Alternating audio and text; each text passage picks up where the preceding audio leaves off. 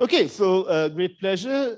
For the after lunch session, we begin with Léonie Canet, and she will be talking about functional RG for turbulence. Léonie, all yours, and I'll just alert you when you are 1 hour, right? So when you're about 55 minutes or so. Okay, thank you very much. And of course, thank you, the organizers, for inviting me. I would have very much liked to be in presence, especially I've never been to Bangalore, so I would have liked to visit ICTS, but okay, it was not possible. So I hope another time. So I will do it on Zoom, and I will try to give you a kind of overview of what can be obtained using functional renormalization group in turbulence problem. And first of all, let me acknowledge my collaborators on this work, and especially the students, Malo Tarpin, Anastasia Gorbunova, Carlo Pagani, Konstantin, who have really worked hard on these problems and who contributed a lot to the result I'm going to present.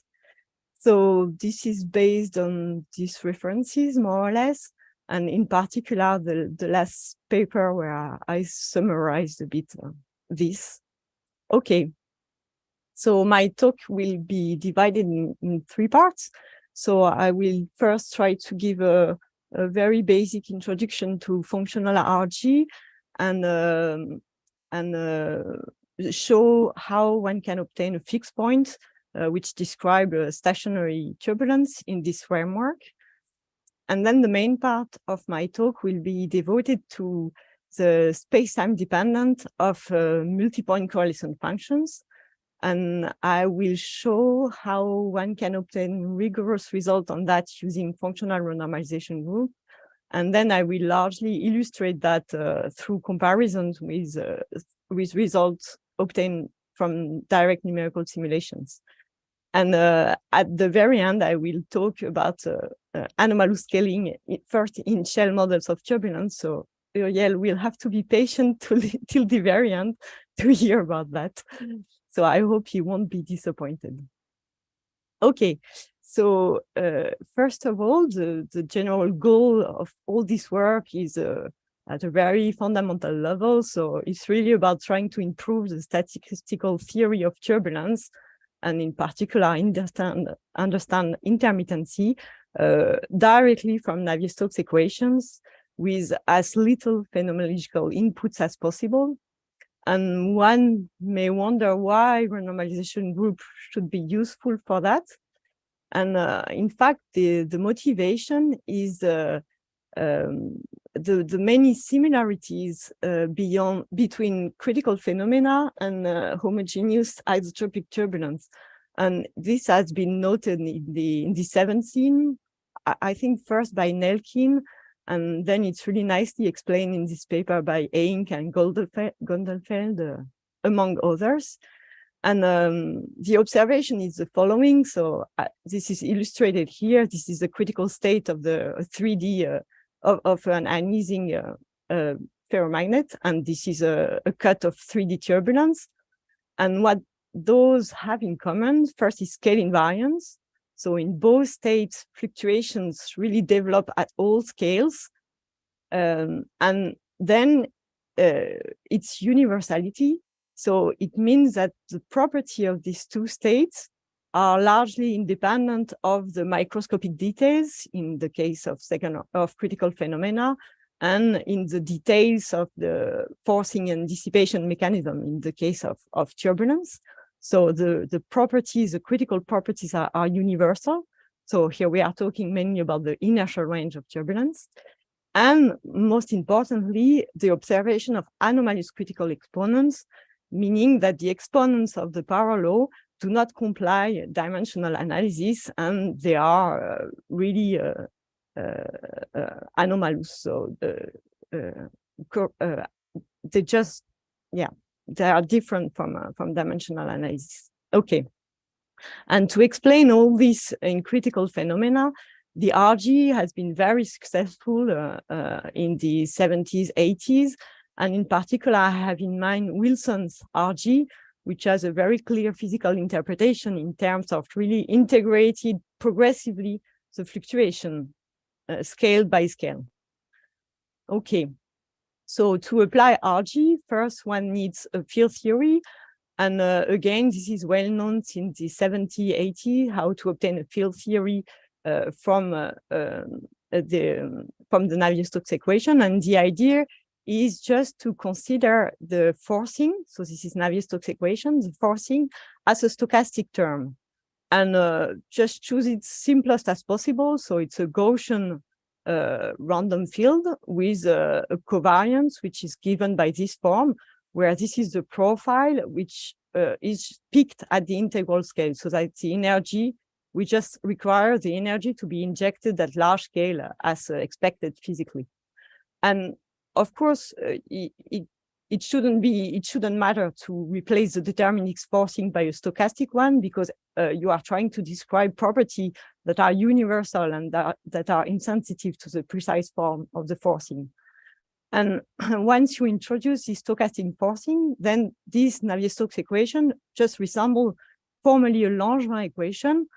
And there is a very well-known formalism due to Martin Cijaro's Jensen-Dode Vinicis to turn this fluctuating equation into a path integral, which just means that you are considering all possible fluctuations of your field, velocity and pressure. And doing so, you just have to double the number of degrees of freedom.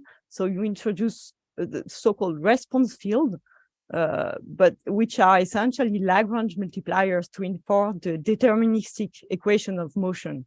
So there is a linear term in the response velocity, which is just the deterministic part of the Navier-Stokes equation.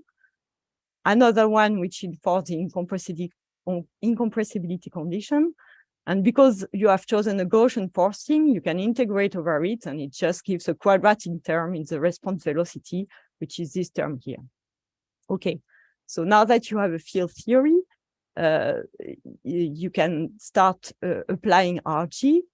And of course, the standard application of RG were based on perturbative expansion. And perturbative expansion, meaning that you can capture all you want to describe from an expansion around a Gaussian fixed point, which is a free theory, where you know that everything is controlled. So you are looking for what is called an upper critical dimension, so a dimension above which the role of fluctuation is negligible. And then you can expand in this distance to the upper critical dimension and a small coupling. But for turbulence, you immediately run into a trouble that you don't have such upper critical dimension. And moreover, the coupling, the interaction coupling, which will be just the coupling in front of the advection term, which is a nonlinear term, is not small. It's just one, and you cannot make it small. Otherwise, you just kill the turbulence. Okay, so this problem has been circumvented in the first applications of RG via introducing a small parameter in the forcing covariance. So instead of choosing directly a forcing which is picked at the large scale, you introduce a parallel forcing, and you take the limit where this epsilon is large enough such that it's the large scale that should dominate the physics. So if you do that, you obtain a kinetic spectrum which is epsilon dependent, and the K41 value corresponds to epsilon goes to 4, so which of course is pretty large. And moreover, then if you go above that, then it should freeze to this value. So it should not depend anyway on epsilon, which is not so easy to explain within the perturbative framework. So a freezing mechanism has to be invoked. And one may wonder, does it really link to the same universal behavior? And I will get to this point at the very end. Okay, so an alternative is to use another implementation of the RG, which has been proposed in the 90s by pioneered by Wetterich and Morris, which is called now functional renormalization group. And the advantage of this approach is that you don't need to be at a small distance of an upper critical dimension or to have a small coupling. And the reason is that within this framework, you have alternative approximation schemes which are available and which are complementary to that. So I'd like to emphasize that there has been a misconception in the early days of these methods that since it was not based on an expansion in the small scopeling, then it was uncontrolled. But actually, it's not true, and it has been clearly identified since then which are the equivalent of the small parameters in these complementary approximation schemes. And just to illustrate that on the quest for the critical exponent of the 3D Ising model, the most accurate result to date comes from conformal bootstrap method, and these are this number quoted here. And actually, the second most accurate method is the FRG, and it gives the estimates which are here. And in fact, if you compare to perturbative RG, and it has been pushed up to 6 loop by Zinjistan and collaborators, in fact, because in 3D, it corresponds to epsilon equal 1, which is quite large, and it leads to less accurate results. And even more, in fact, these results had been excluded from the error bar of the conformal bootstrap. So this estimate is not compatible, in fact, with this one. And for the ON model, actually, the FRG, which is more accurate than the conformal bootstrap. So this is, of course, the numbers are not so important. It's just to tell you that, okay, the advantage is that you have alternative approximation schemes, and which can be useful in the case where you don't have small coupling or you are not close to a upper critical dimension. Okay, so this method has been used for turbulence, and let me emphasize this work by Tomasini, which was in 97, so really early, and which has been, in my opinion, overlooked at the time. And in fact, if you read it, it's really impressive because he essentially already had most of it, and in fact, he even invented approximation schemes which didn't exist at that time. So it's really nice work, in my opinion. But then these results were re-obtained later by Miria Monasterio, Muratore Ginaleschi, and us based on, let's say, the approximation scheme as they are well known now.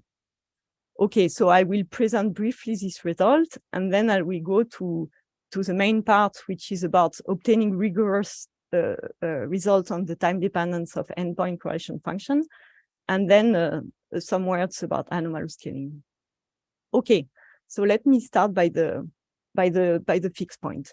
So please don't be horrified by the notation. It's only 3 slides, and I just want to explain the principle of so what is different from standard perturbative RG.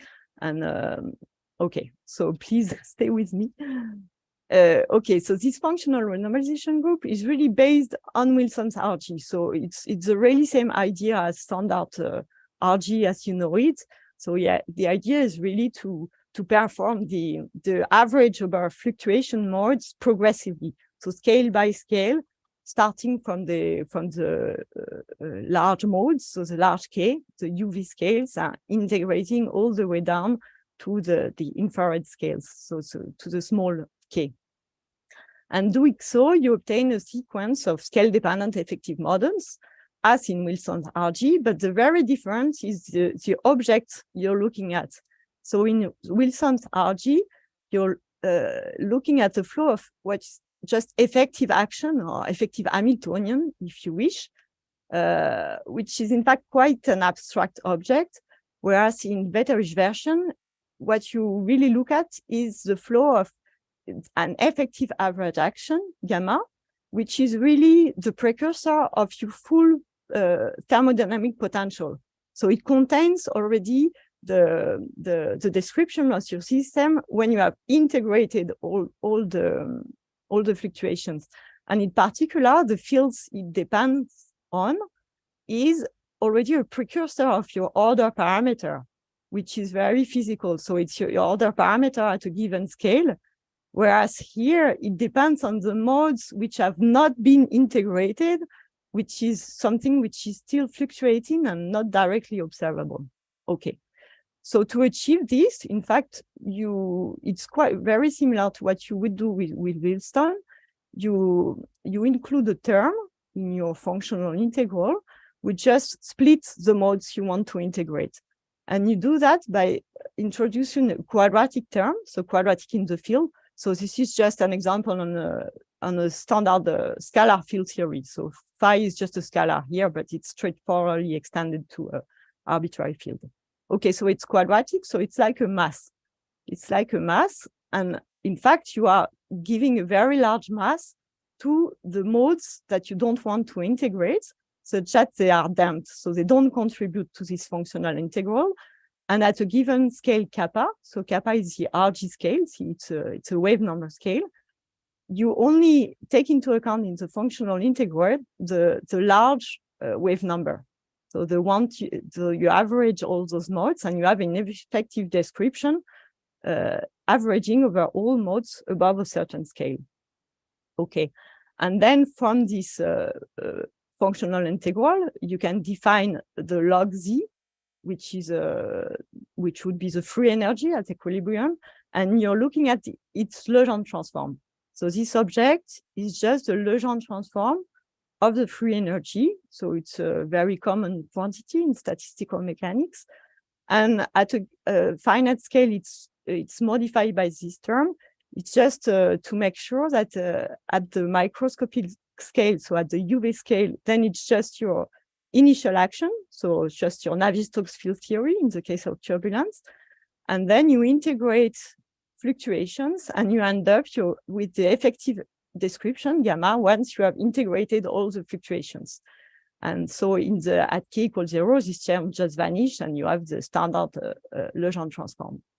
Okay, and what you're really looking at is the flow of this object. So here the flow means in the RG scale, not the turbulent flow, but really the flow of these effective models. So how they evolve with the RG scale.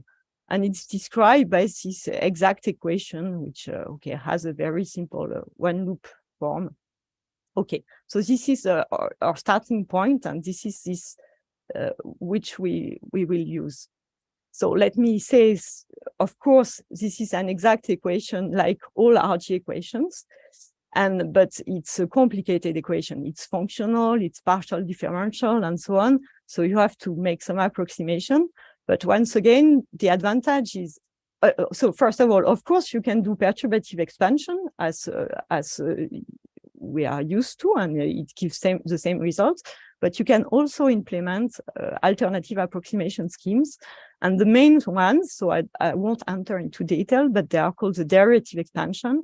And the other one is the vertex expansion, and they have been well studied. So the convergence, the accuracy, how to estimate an error, and so on and so forth. Okay.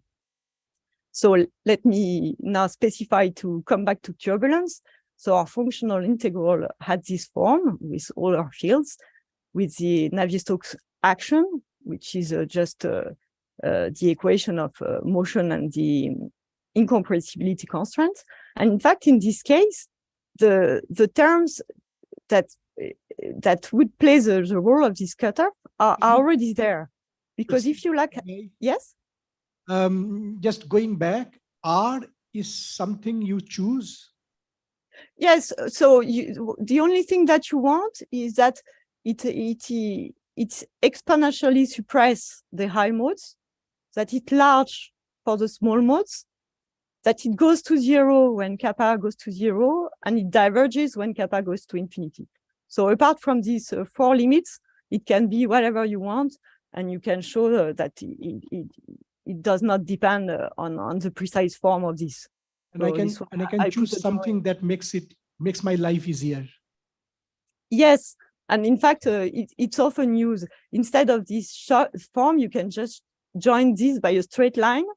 So put 0 here and just a linear thing here. And in fact, this is also, it makes life easier because in this case, you can perform the integrals analytically. But in general, okay, it can be whatever as long as it suppresses the large modes and so on. In the previous slide, what was B, capital B? Oh, sorry. It's so in the case of a scalar field theory, it would be the magnetic field. So it's just an External external magnetic field. field. So in the jargon of field theory, this is just the source. Because in fact, you will generate all the correlation function, all the things that you want, from taking functional derivative with respect to this object. So you add something which is just coupled linearly with your field. So it's called the source, such that you see if I take a derivative with respect to B, then the phi goes down and it's just the average value of phi. So by taking functional derivative with respect to this, it just gives me all the averages of this phi, the thermodynamical averages. So I call them source. Okay. And just one Yeah. more thing, in usual RG, we talk about, say, coupling constant getting renormalized. Yes. Right. So you will see now that it's not just coupling, but it's whole functions. So it's functions that are renormalized. Thank you very But much. you will see that in the example of Navier-Stokes. Thank you very much. You're welcome. And don't hesitate to interrupt. Where was I? I think I was here. Yes. So I was just saying that these terms are just already there in your field theory, because the forcing, if you take a forcing at large scales, well, by construction, it's something which is just exerted at the slow modes. So it's exactly what you are requiring for a cutoff.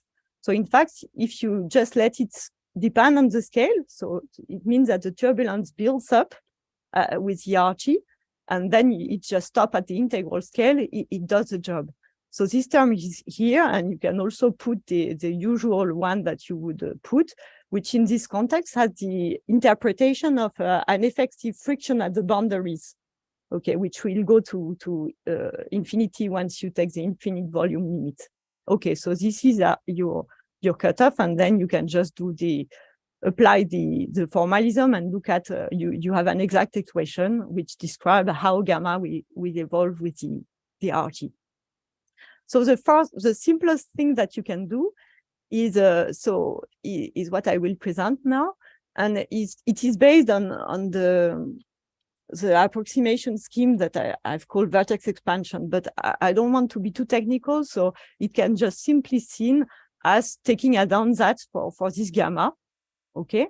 And this ansatz in this case is very simple. It's just first the explicit terms which you can show that in fact are not renormalized. So in particular, the pressure and response pressure just keep their form. You can show that exactly. Plus an object which is renormalized. So this is the flow that we will look. And the simplest, just to show the existence of the fixed point, you see that you can just take this form. So you have these terms are the quadratic terms. And you see that this is essentially the viscosity, the viscous term. And instead of having just a coupling, which you will call nu k, an effective viscosity, it's a whole function. So it's momentum dependent. It could be also frequency dependent in principle, but here we have just neglected that. So it's an approximation. So this term is like an effective K-dependent viscosity, and this term is an effective K-dependent forcing, okay? And we are going to follow the flow of these two functions. And okay, so this is a quite simple approximation, because in this case, we just neglect all higher order vertices. So it means that in principle, you have many other terms, quadratic terms, and higher orders which are generated, but we just simply don't look at that. So it's a very crude approximation in a sense, but it already contains full functions at the 2-point level. Okay, and just a notation, I will show you just the next slide, result on this H. So this H is just the transverse part of this function, and divided by a Q square. Okay. And just to justify or to explain where it comes from, in fact, that this kind of approximation has been used for the Kardar-Parisi-Zhang equation, which is exactly the Berker's equation that Marc Brachet was talking about last week in the very same configuration. And in this case, so in one dimension, there is an exact result which has been derived by Spohn and collaborators on the 2-point function, so the scaling function associated with the 2-point function. And with this kind of approximation, we can reproduce it very accurately using functional normalization group, including, in fact, the negative dip. Okay, I've not zoomed, I've not put the zoom here, but the negative dip is here, is reproduced as well. There was a question? Yes, quickly. In the first line, the U grad U vertex is not renormalized. That's Galilean invariance. Yes, it's not at Q equals 0, this is Galilean invariance. But at arbitrary wave number, then you have a contribution. So what is meant by this explicit term is just that the Q equals 0 component is not renormalized. And the rest is included in here. But in this case, we have not taken that into account. It will be taken into account in the following, but not in here for the moment. Okay, so this is the result. Then using the flow equation, you plug this into the exact equation and you get a flow for this. And this is what it looks like. So at the initial scale, this is just your viscous term and your forcing. So these are just constants. And as you evolve the flow, this is this red arrow, then you see that these functions smoothly deform. And in fact, after a certain RG time, RG scale, they start accumulating and they reach a fixed point. Okay, so they stop evolving and they accumulate on these blue curves. And what you see, this is log scale. So they take a parallel form at large K. And already, in fact, we can notice something which happened, which is very, very unusual in the FRG framework, is the fact that, in fact, if you look at the exponent of this parallel, they are not the one that you would expect from Kolmogorov, from dimensional analysis, so the equivalent of Kolmogorov, which are these red dashed lines, which should be -4/3 and -5 in this case for this H function, but they have deviations, correction, which are of the order of 1/3. So it's not small. So in fact, these functions are anomalous at the fixed point.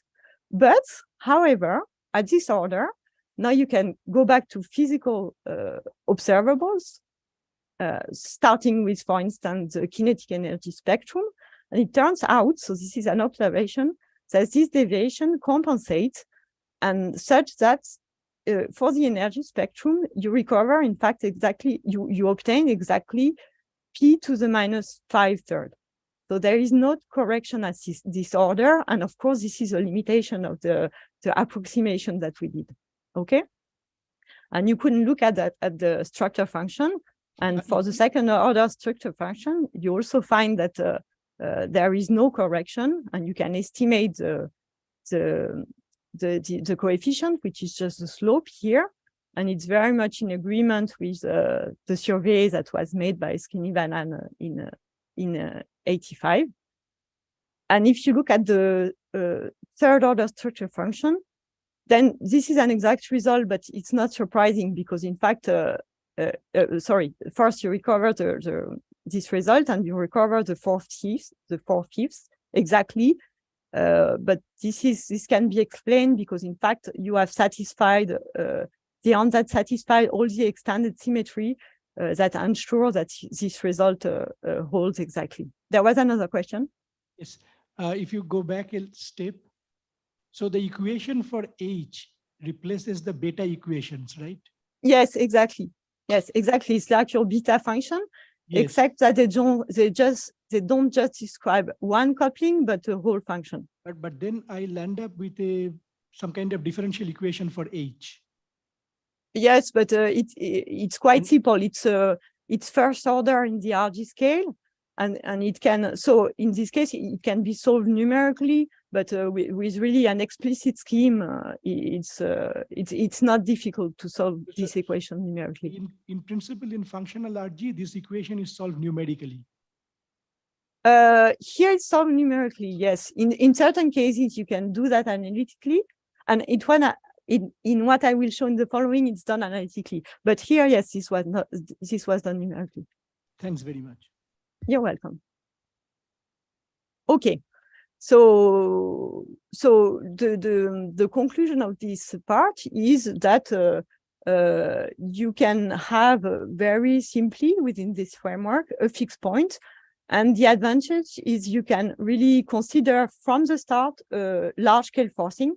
So you don't have to introduce this power law and then take a limit which is difficult. You just consider a large scale forcing and you get a fixed point which describes stationary turbulence. And at this order, it's just pure Kolmogorov scaling, even though you have some hints that something very peculiar occur because this function H are anomalous.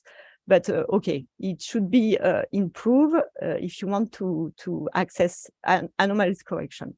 So let me jump to my second part and show you these timed analytical results which can be obtained and without all these approximations.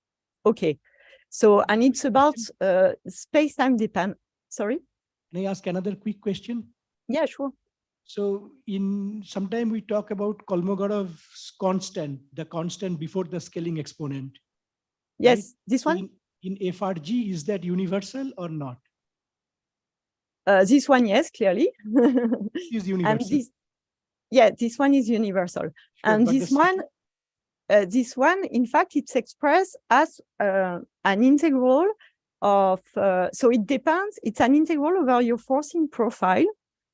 But excellent. You also so have the epsilon. Universal. So in principle, it's not universal. Excellent. But then I cannot show whether this non-universal dependence, because in the epsilon, you also have the forcing profile, right? The epsilon is also an integral over your forcing.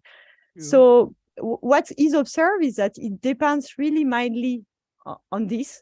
So it's so in principle, it's in the expression it's non-universal, but I cannot say so it doesn't rule out that there is some kind of magical thing that this dependence in the forcing will always compensate exactly. So it mildly depends on that, but okay. Was it clear, my answer? But the non-universality matches with what one gets in the Khanin model. They are also the exponents are universal, but the amplitudes are not. So that's yeah. Good. Yeah. This is so, and you can study, but you can study, in fact, numerically, you find that it really, it weakly depends. So the variation are not large as what is observed experimentally. In fact, you always find values that are close to 2. So let's say between 1.5 and 2.5 or something like that. So it's non-universal, but the dependence is weak. Does it answer the question? Okay. So let me move on. And yes, since it's about the time dependence, let me just briefly summarize some observation about this time dependence. So there are 2 time scales that compete. The one that could be called straining, which is really due to the turbulent cascade, meaning that if you just repeat Kolmogorov analysis and saying that in inertial range, you only have the eddy size and the energy dissipation rate, then the time scale that you obtain is this k to the minus 1/3, which would give a frequency spectrum, which is omega to the minus 2. But it was early noticed that you have another time scale, which is that if you consider the decorrelation that is due to the random advection by the large scale motion in your flow. And this is the random sweeping. And then in the dimensional analysis, if you replace the epsilon by the root mean square velocity, then you obtain a decorrelation time, which is k to the minus 1. So a frequency spectrum, which is the same minus 5/3 as in k space. And of course, this is the time scale which is observed in the Eulerian frame for turbulence, whereas this omega minus 2 is rather observed in Lagrangian frame. So I will focus on Eulerian correlation. And the question is how this scaling can be explained. And a phenomenological explanation has been proposed by Khanin early on, which is essentially the argument that if you decompose the velocity between a large scale motion and a small scale fluctuating field, and then if you make the assumption that they are statistically independent and that the fluctuating part is small, then you can get to a simple advection equation which is linear, so which you can solve. And it gives you the 2-point correlation function, which takes this form. So it's a Gaussian in the variable kt, and the associated timescale is the sweeping timescale. This is u RMS -1, k to the -1. Okay, so phenomenologically, it can be explained that the effect of sweeping does lead to a correlation of this form. But of course, this is a heuristic argument in the sense that in a real turbulent flow, these assumptions are not justified. And of course, Navier-Stokes equations is much more complicated than this simple linear equation. So can all of this be understood really considering the full Navier-Stokes equation?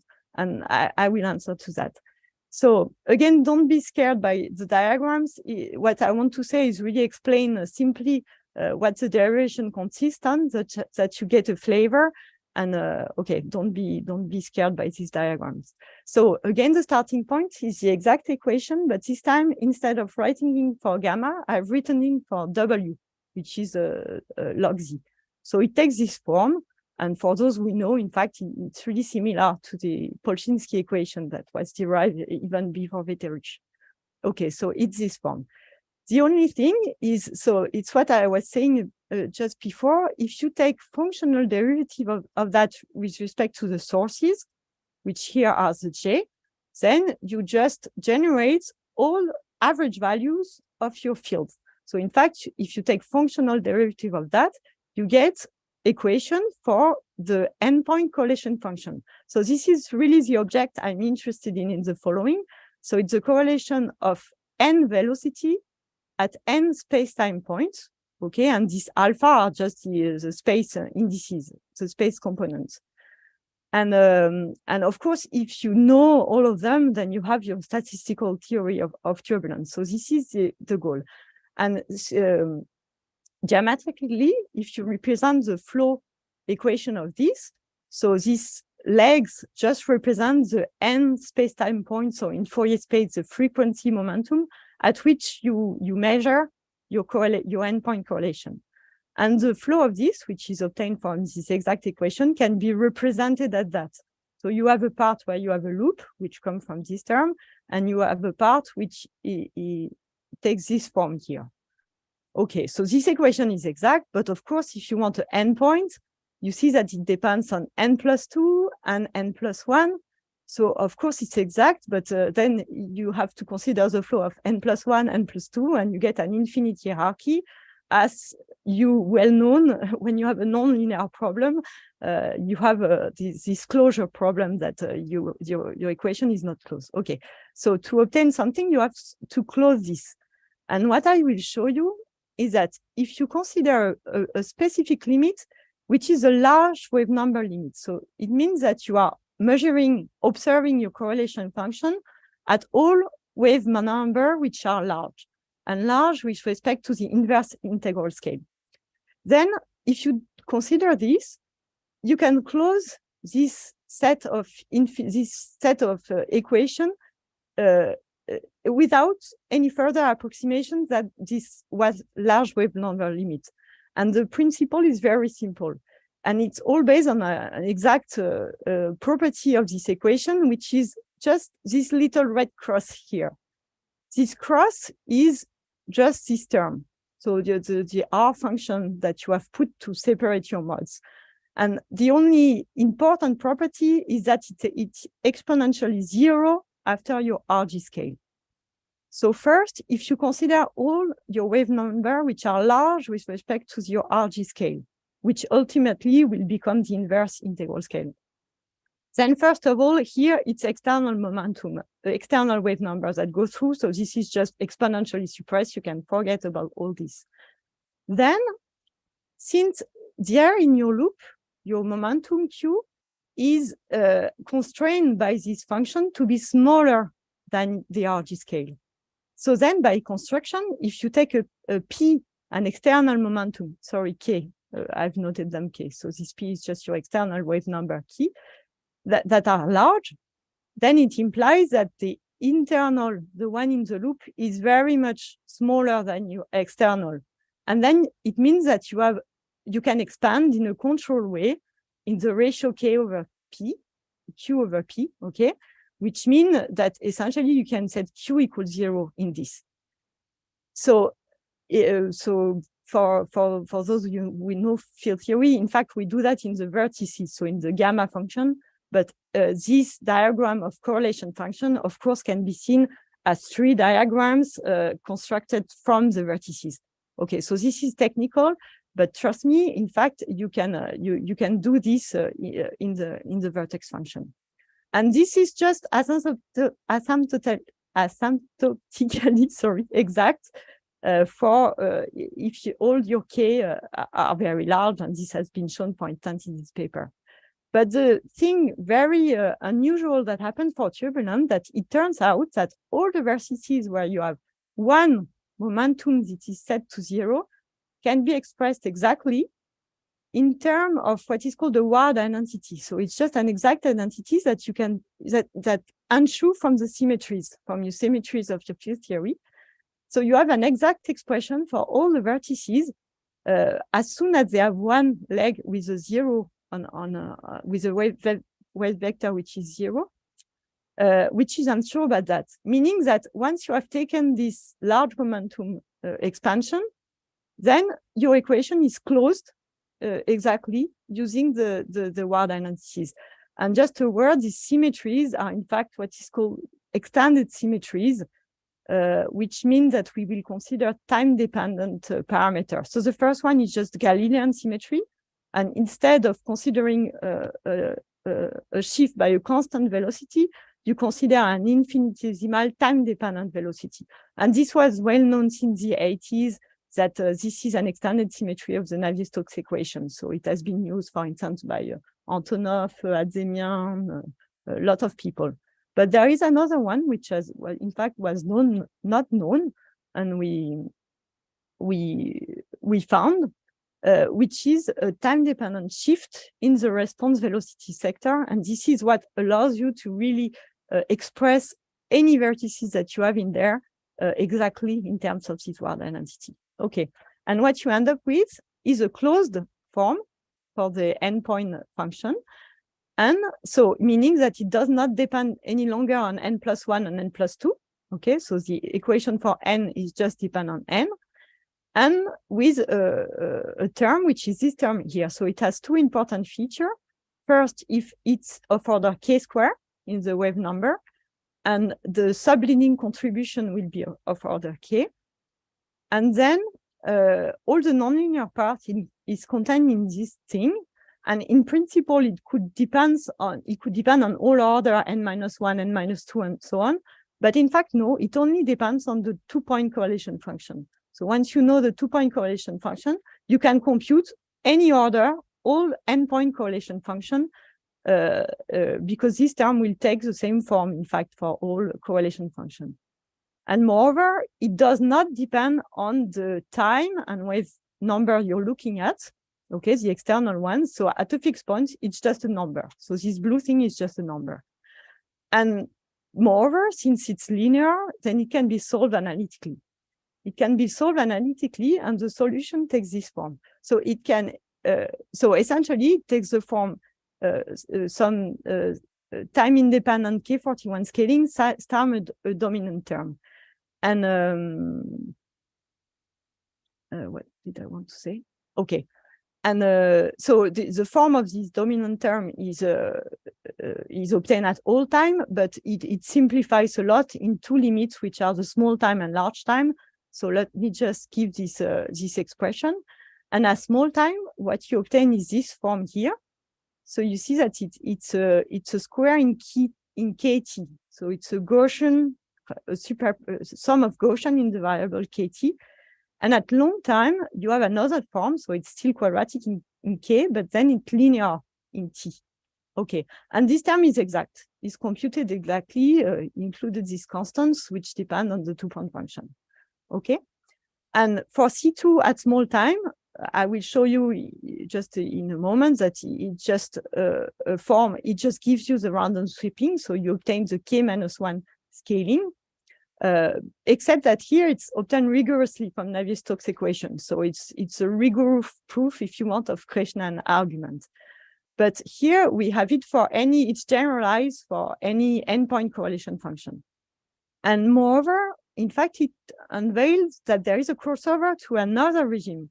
So there is a prediction of another regime at large time, which does not go like T2, but only large, like T. And I will comment on that.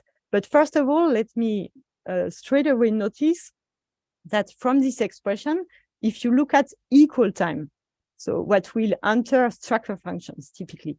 So if you look at equal time quantity, so T equals 0, then you see that this red part, which is exact, just vanished.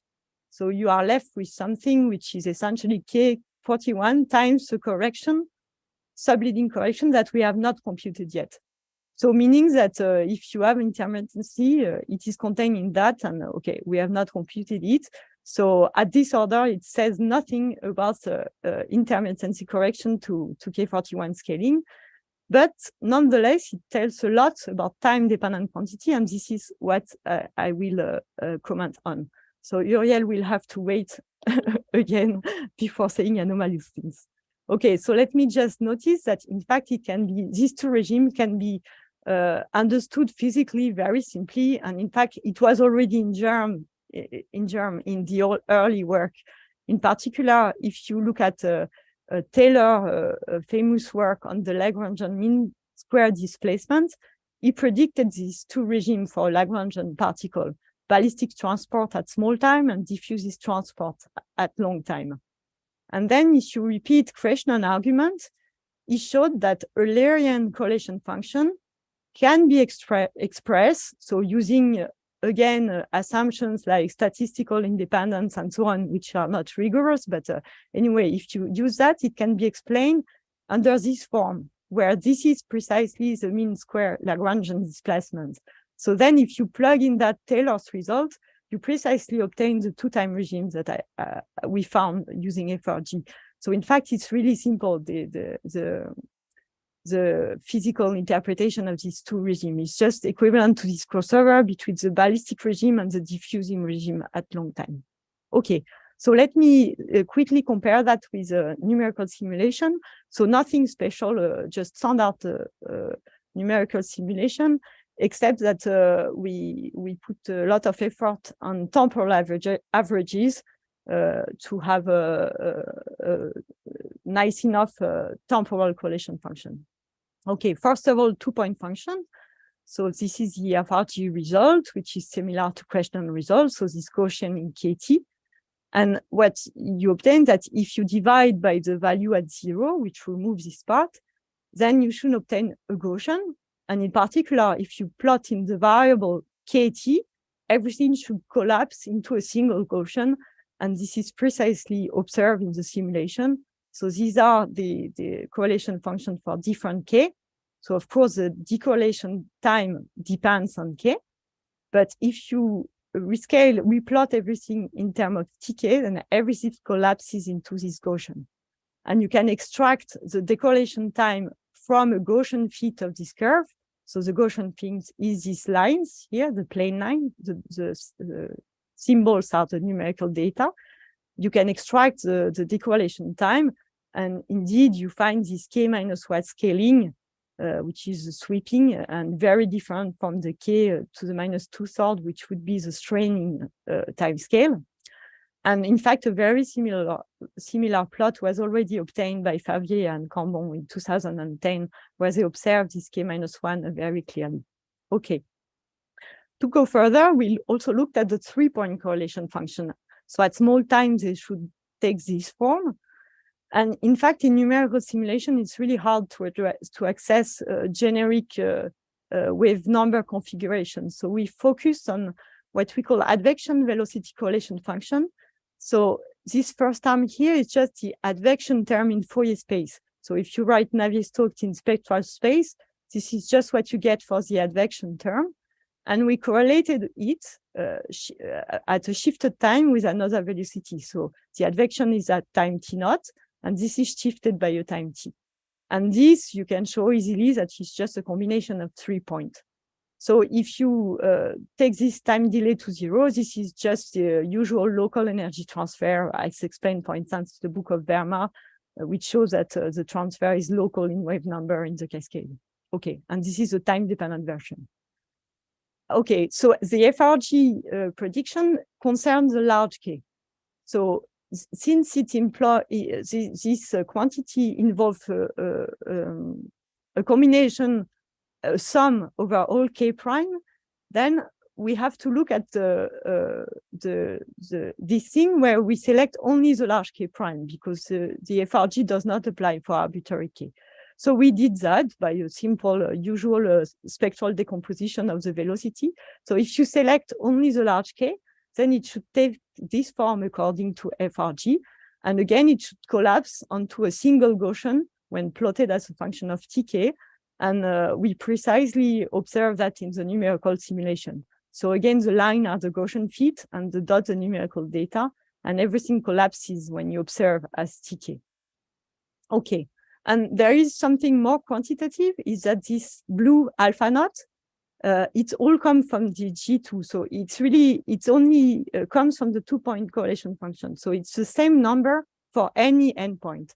So in particular, it should be the same for the 2-point and the 3-point correlation. And we check that. So the dashed line is the 2-point correlation result I've shown earlier. And the straight line is the one that we extract from the 3-point. And you see that indeed they match. So it's the same constant, the same prefactor that you get in function of the before the KT. And okay, so it does not depend on n. At least we checked it for 2 and 3. Okay, so let me say a word about large time delay. So at large time, there is this crossover to T. So in the DNS of Navier-Stokes, this is really hard to observe. So we observed it for some specific configuration, but we didn't have enough statistics to really do something quantitative on that. And in fact, it's interesting to see that this crossover from a Gaussian to an exponential was observed in these experiments of turbulence airjet. And it's really the crossover that the FRG predict from a Gaussian to an exponential, except that here, in fact, what was looked at was the correlation of modulus of the velocity. So clearly, it's not the same quantity. So it's yet to be explained theoretically, but it's interesting to see that it takes the same form. Okay, and to investigate large time, in fact, this crossover can be clearly seen if one look at passively advected scalar. So let me go quickly through that. So we consider Navier-Stokes flow plus a scalar quantity advected. So it follows the diffusion advection equation. So we studied the case where Navier-Stokes is a full, where V is a full Navier-Stokes field, but we also looked at Khanin model, where you replace this V by a Gaussian random field, a synthetic field, which is a Gaussian with a covariance that is prescribed, and it's delta correlated in time, and it's power law. So this epsilon is just the roughness, is related to the older exponent of the velocity. So it goes from very rough at small epsilon to smooth at epsilon goes to 2. And Navier-Stokes correspond to 4/3, so it stands somewhere here. Okay, and what is interesting is because of this delta correlation, in fact, you completely kill the small time regime.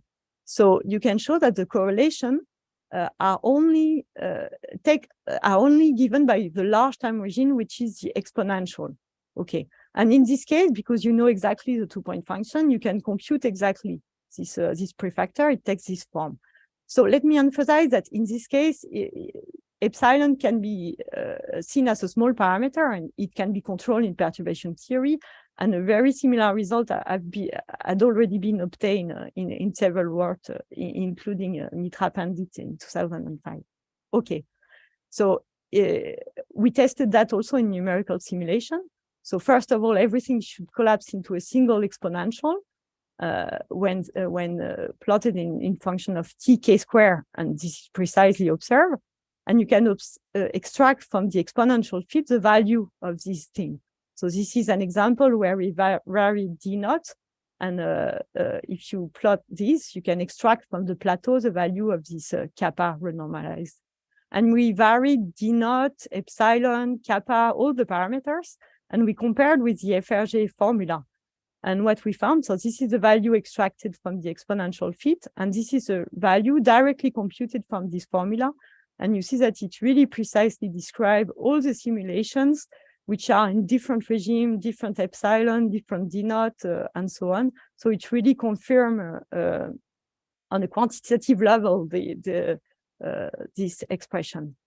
And what is interesting is you can modify slightly this model by allowing it to have a small, not a small, but a non-zero time correlation. And if you do so, then you immediately open up the two regimes, because you introduce a time scale. So then you can have two regimes, one for time which are smaller than the time scale, and other for times which are larger, where you recover the exponential for the standard question. But for small time, you reopen the small time regime, and you can, in principle, access the crossover. And indeed, within this framework, it can precisely observe. So again, the symbols are the numerical data, and this is the time scale that we fixed by hand, because it's we can choose it to be whatever we want. And you see that at small time, before this time scale, you have Gaussian. So these lines are these lines are the Gaussian fits. And at large time, you have the exponential, the dashed line are the exponential fit of this function.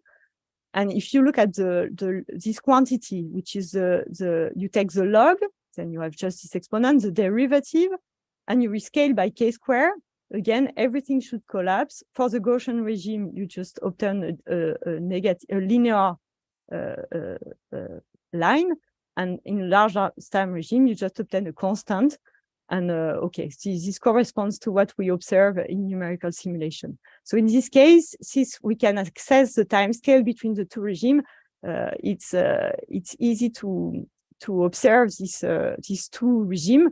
Whereas in Navier-Stokes, in fact, the first Gaussian decay is so fast that when you enter the exponential decay, you're already drowned in noise, and it's difficult to observe. Okay, so let me summarize this part.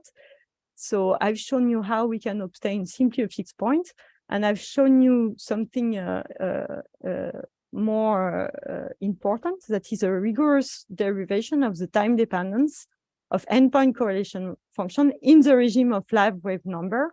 And this is obtained without other approximation than the large wave number expansion.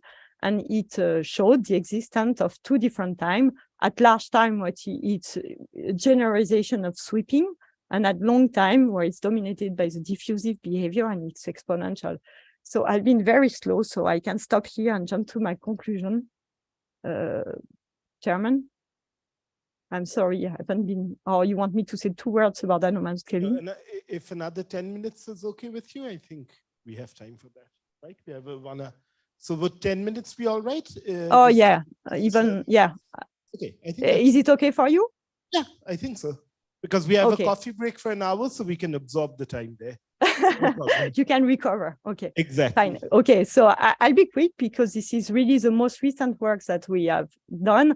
And okay. So far, I think you see that so far we haven't been able to say anything about scaling, anomalous scaling. So we looked at that first in shell models of turbulence. So I suppose I don't have to introduce too long these shell models. So these are just very simplified version of Navier-Stokes, where you consider velocity amplitudes, which are interpreted as just the amplitudes of the Fourier modes, and on discrete shells. And the dynamic just mimics the form of Navier-Stokes equation in spectral space. So you take the same structure, except that here is just for your Fourier modes, which are just numbers, and on discrete shells instead of a continuous d-dimensional wave vector. And moreover, you make the simplification that instead of having this integral over all wave number k prime, you only keep local interaction Fourier space, because this is what is thought to be dominant in the cascade. Okay, it has the same quadratic invariance and similar symmetries and so on. And what is very interesting about these models is that they essentially reproduce the same kind of anomalous behavior of the structure function as is observed for the structure function. So the red dots here are the results from Lvov et al., who introduced the Sabra-Shell model, and it's compared with various results from Navier-Stokes, and you see that it has the same kind of behavior on the structure functions, which are here defined in this context directly in K space. And from a FRG point of view, the advantage is that, in fact, these models are completely free of sweeping. So if you want, in what I've showed earlier, you have just removed from the beginning the red term, the exact term, because you have gotten rid of all what is the consequence of sweeping, Lvian invariance, and so on. So in principle, you have directly access to the subleading term, which is anomalous, if there is any. So it's really interesting to see if FRG can see anything, can get anything in these models. Okay. And so we have studied that in a first work where we did something which is really close to what I've shown you in the first part about the fixed point. So essentially, we took an ansatz, which is really similar. So we introduced these functions. So functions in the sense of n now. So they depend on n, which was the wave number. And we only take into account, as a first step, the renormalization of the 2-point function. Okay, so we neglect everything that is higher order, and this is a clear limitation, as I will show you after. And from the exact equation, again, you can obtain flow equation for these functions, and the same simplification occurs as you observe in hydrodynamic versus shell models, meaning that instead of having partial differential equation, you end up with a set of ordinary coupled equations that are strictly local in wave number. So you can really directly integrate, and the flow builds up locally as CRG goes. And what you obtain is you do that. So it's the same kind of plot I've shown you for the fixed point earlier. So the black lines here, constant here are the initial action, so your initial Sabra-Shell model, and you see that they evolve with the flow, and you get they reach a fixed form. Okay, so all the curves accumulate until on these forms, which are highlighted in black here.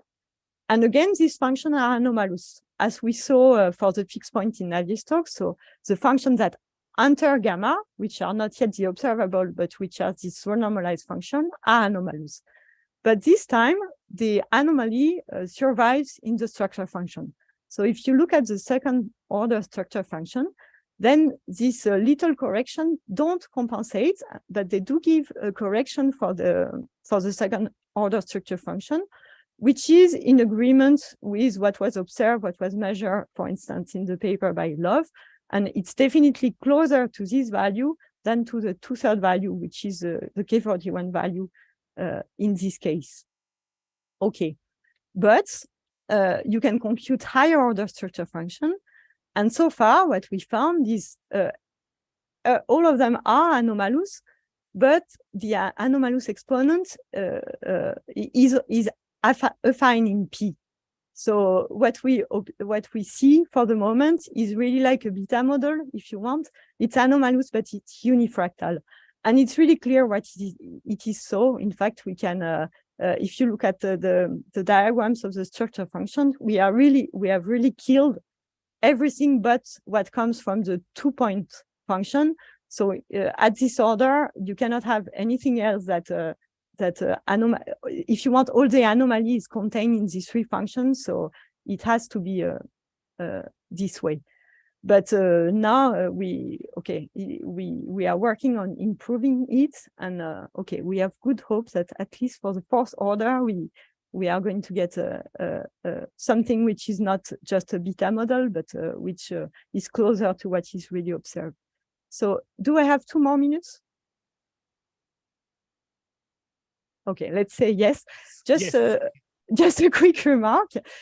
Already, so we have this fixed point. Clearly, it's not perfect because, as I'd say, we don't have the real multifractal behavior, but only unifractal at that stage.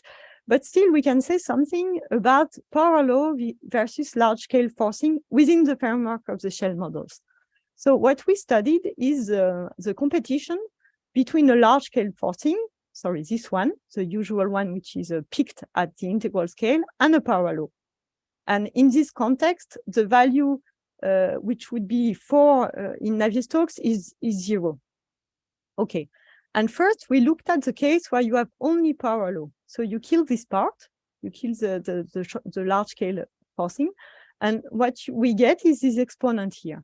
And in fact, this exponent is dimensional. So it's really the extension of K41 if you take into account this forcing.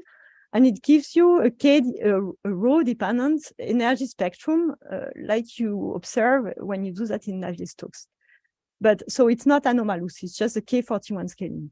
And now you can study the competition, you can put the 2 and see how it behaves. And what you see is that you have a crossover in shell. And in fact, depending on the value of rho, so for rho positive, for rho negative, this thing is just analytical. So it's a short range that dominates. Whereas for long range, this non-analytic part dominates. And what you see is that, in fact, depending on the value of rho, you have a change of behavior where for rho positive, it's a long range fixed point that dominates, whereas for rho negative is the short range. So what you observe is if you compute the exponent of the second order structure function, this is the one that is observed is the orange triangle. And you see that you have a crossover from a rho dependent exponent to a constant. So when it's a short range that dominates, it does not depend anymore on the exponent. So this is exactly the freezing that you would look for in Navier-Stokes. And in this case, the freezing is really simple. It's just because you jump from one fixed point to the other. So here it's a short range fixed point, as if this one was 0. And here it's a long range fixed point. And of course, the short range fixed point does not depend on that. But now, if you look at the case where rho equals 0, then at the long range fixed point, you have 2/3. You have the K41, whereas the short range is anomalous. So in fact, if you study the transition between the two, so you start from 0, pure long range, you start from Kolmogorov, and once you let the short range comes in, then it jumps to the anomalous value. So this is just to show that those are really 2 distinct fixed points. And if you don't put the short range, the only thing that you see is this one, which in this case is not anomalous. Okay, so what I mean is that the short range fixed point is intermittent, whereas the long range fixed point is not. So in this case of shell model, you couldn't capture intermittency by taking the rho limit of the long range fixed point, because those are really different fixed points. And you need to have this one to get to the anomalous dimension. So this is observed for the shell model, but it could be the same for Navier-Stokes, that actually, if you want to get the anomaly, you really need the short range one. Okay. And let me come to my conclusion. So really, the thing that we are focusing on now, and we are putting all our efforts, is to improve the determination of the anomalous scaling exponent. So first of all, in shell model, to really show that we can recover a multifractal behavior, which we haven't for the moment, and then come back to Navier-Stokes from this. And it's a really longer term prospect. So I put here a question mark because we are really haven't done anything in this direction yet.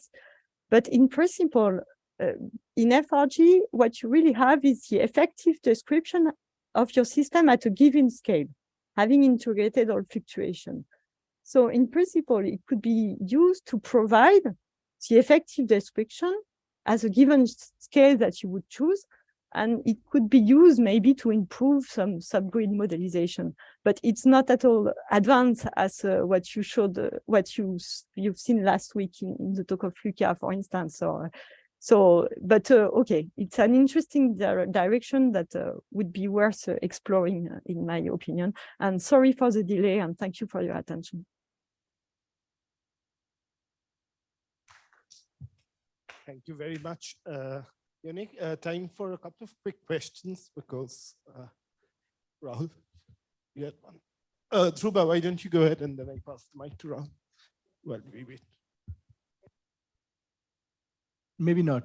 Okay, I have actually lots of questions, but I will ask a few short ones. One is that we have results, numerical results on time correlation functions in the shell model. And we have calculations from the multifractal model. And one of the interesting qualitative conclusion is that there will be no collapse of the time dependent functions if there is intermittency. So even in the beta model, if you now calculate the time dependent correlation functions, you will have a collapse. But if you have true intermittency, there will be no collapse. Ah, yeah, that's very interesting. Thank you for the I can send you the results. paper. Yeah, I think I know the papers, but yes, thank you very much. Thank you for the suggestion. Yeah, okay, so we should, with this simple on that, we don't really have access to the time dependence because we have neglected the frequency dependence. But for sure, because of that, all that I've shown on the in the Navier-Stokes don't hold anymore because all these results were really deeply based on Galilean invariance and so on. And clearly this does not apply for shell model. So this is at least compatible with what you are saying. But yes, as soon as we have improved a bit this and taken into account frequency dependence, we can check that. And this is a very nice point to be checked. While we are talking about IR divergences or sweeping, basically, see, one of the problems with usual RG of Navier-Stokes is the IR divergence, right? But it seems that's not a problem in the FRG. No, not at all. Not at all. By construction, in fact, by the very construction that I've shown at the beginning.